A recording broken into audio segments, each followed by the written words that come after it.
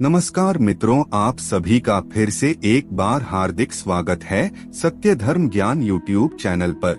मित्रों, कभी ना कभी आपने भी भगवान भोलेनाथ जी और माता पार्वती जी को लेकर बहुत सी कथाएं सुनी होगी और उन्हीं में से एक कथा आज हम आप लोगों को इस वीडियो के माध्यम से सुनाने जा रहे हैं, जिसके बारे में आपने शायद ही सुना होगा।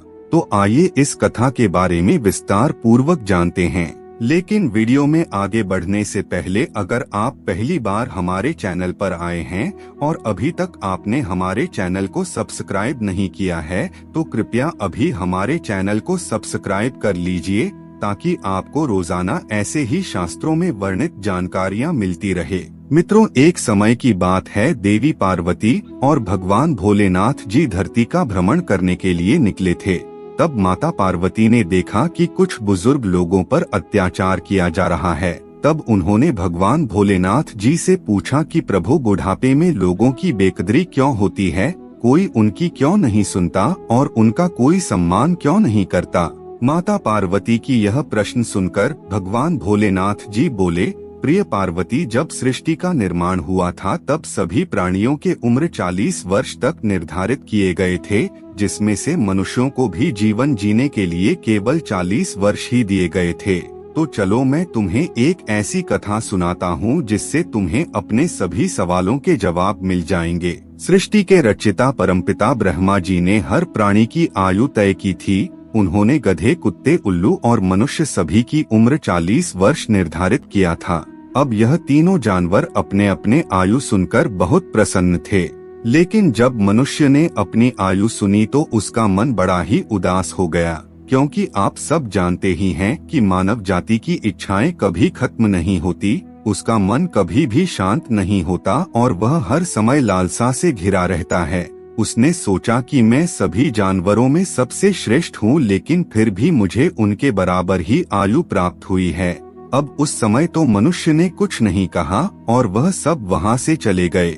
लेकिन कुछ समय पश्चात गधा ब्रह्मा जी के पास पहुँचा और कहने लगा कि हे प्रभु, आपने मुझे इतनी ज्यादा उम्र क्यों दी? मैं 40 वर्षों तक मनुष्यों का बोझ उठाता रहूंगा। मुझे 40 वर्ष तक इस संसार में नहीं रहना, इसीलिए कृपा करके आप मेरी उम्र कम कर दें और मुझे सिर्फ 20 वर्ष की आयु प्रदान करें। भगवान ब्रह्मा जी ने जब गधे की यह बात सुनी तो उन्होंने कहा कि ठीक है, मैं तेरी आयु कम कर देता हूँ, लेकिन तुझे अपनी आयु किसी को दान देनी होगी। इसके बाद ब्रह्मा जी ने गधे की आधी उम्र मनुष्य को दे दी और इस तरह मनुष्य की उम्र 40 से बढ़कर 60 हो गई। फिर कुछ ही समय बाद ब्रह्मा जी के पास कुत्ता भागते हुए आया और वह बहुत ही परेशान था। उसने ब्रह्मा जी से कहा कि हे प्रभु, आपने मुझे 40 वर्ष की आयु दी है, लेकिन मुझे इस आयु का कोई भी फायदा नहीं है।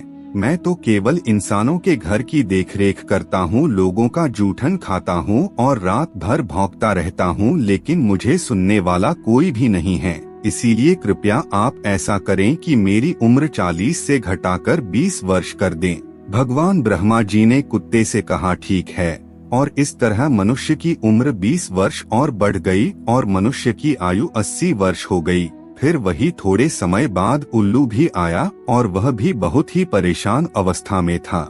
वह ब्रह्मा जी से रोते हुए कहता है कि प्रभु, आप मेरी उम्र भी कम कर दीजिए। मैं रात भर सबकी देखरेख करता हूँ, पूरी रात जागता हूँ, लेकिन मेरा हालचाल पूछने वाला कोई भी नहीं है। इसीलिए मैं 40 वर्षों तक जीवित नहीं रहना चाहता और आप मेरी उम्र आधी कर दें।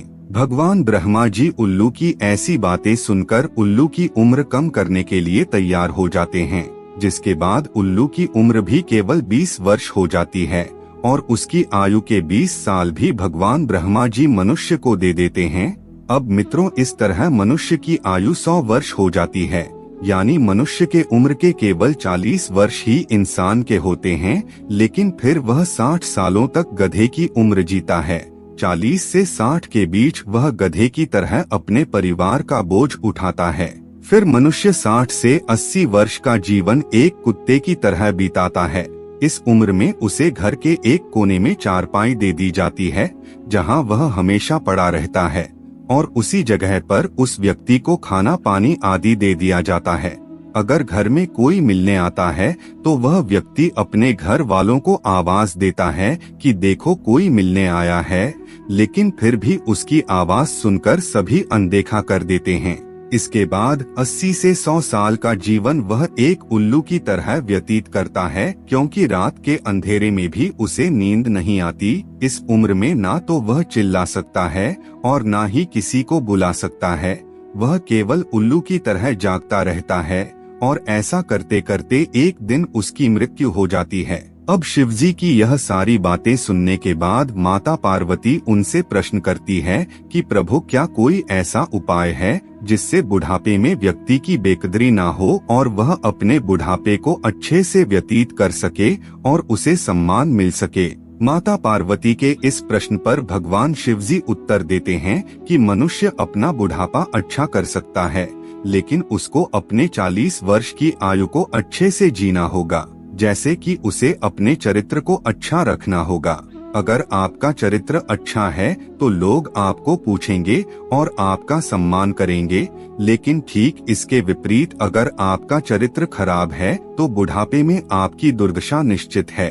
भगवान चरित्र में बसते हैं, इसीलिए अगर आपका चरित्र सही है तो आपका साथ कोई नहीं छोड़ेगा और आप सम्मान पूर्वक जीवन व्यतीत करेंगे। इसीलिए आप हमेशा अपना चरित्र सही रखने की कोशिश करें। अगर आपका चरित्र सही रहेगा तो आपके घर वाले भी बुढ़ापे में आपका साथ नहीं छोड़ेंगे और सदैव आपकी इज्जत करेंगे।